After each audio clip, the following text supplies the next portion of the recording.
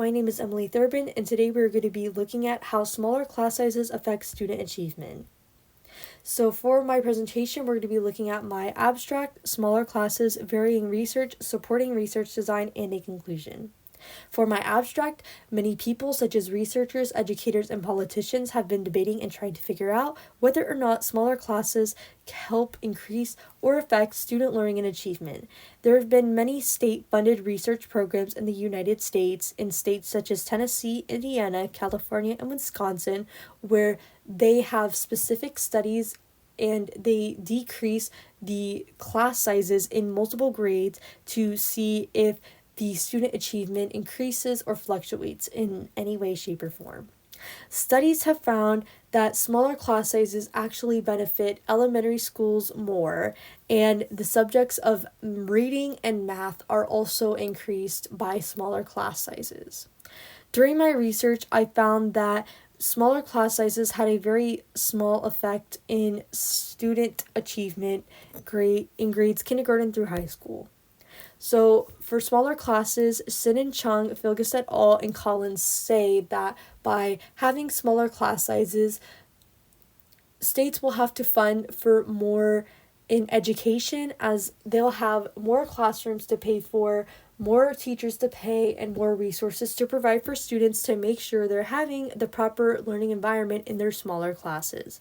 In addition, smaller classes actually seem to help minority students of a certain minority group or less privileged students. So by having less students to focus on, a teacher can actually go up and work with students in need on a particular subject to make sure they are keeping up with the class and not getting behind. Furthermore, smaller class sizes seem to be more effective in elementary school students as they are learning and developing. Certain skills that they learn in smaller class sizes will actually help them throughout their educational career. Lastly, smaller classes in multiple studies were seen to increase student achievement in reading. However, the results varied in math, as the study by Shin and Chung found that math scores for student achievement increased. However, the student achievement for math decreased, but it increased in reading. For varying research, Philgis et al. Used 10 studies for a systematic analysis and 5 studies for a meta-analysis, as they had very specific criteria in how they would consider a study. They used 3 studies from the United States in their meta-analysis, and their class sizes ranged from 1 student to 30 students, and they looked at the effects smaller class sizes had on student achievement. For Shin and Chung, they did a meta-analysis of 17 studies in the United States. The states included in these studies were North Carolina, Tennessee, California, South Carolina, and more. Some of these programs were state-funded, and some of these programs were not. And while they were looking at these studies, they used the effect size to create data and see what factors could affect scores, and they wanted to shoot for class sizes of 20 students or less. Lastly, Collins used a quantitative data style to observe scores and information from DESE. She then observed the annual yearly progress scores from 80 different school districts in Missouri, and she wanted to see if smaller class sizes or a student's socioeconomic background affected student achievement and learning.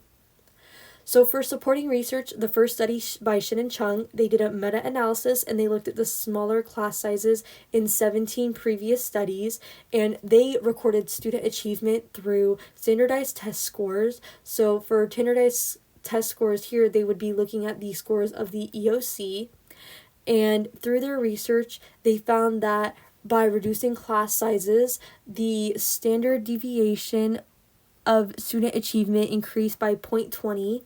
They also found that elementary school students were the most successful with smaller class sizes, and minority students and less privileged students also had increased achievement from these smaller classes.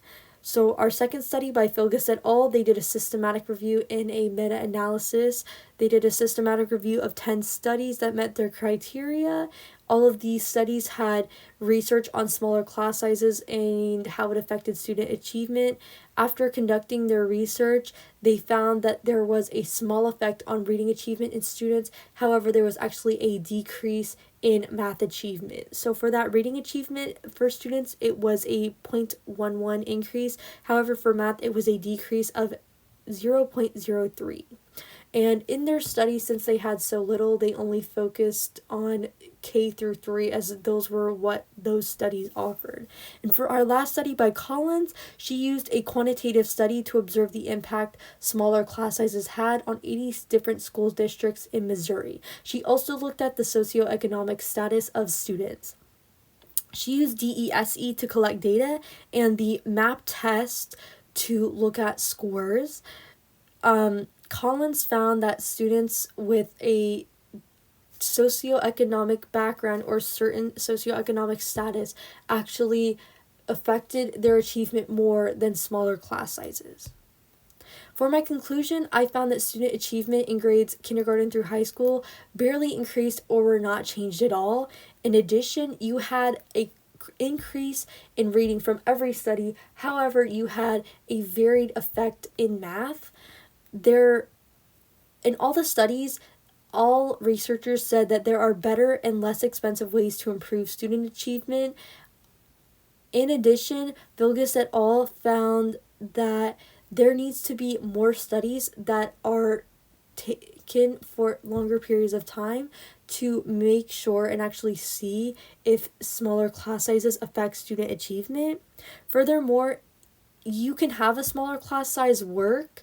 However, there could be other factors that can actually affect the smaller class size and student achievement, and that could be based on the student's behavior, the way a teacher is working and interacting with students, and a student's socioeconomic background. That is it for my presentation. Thank you so much.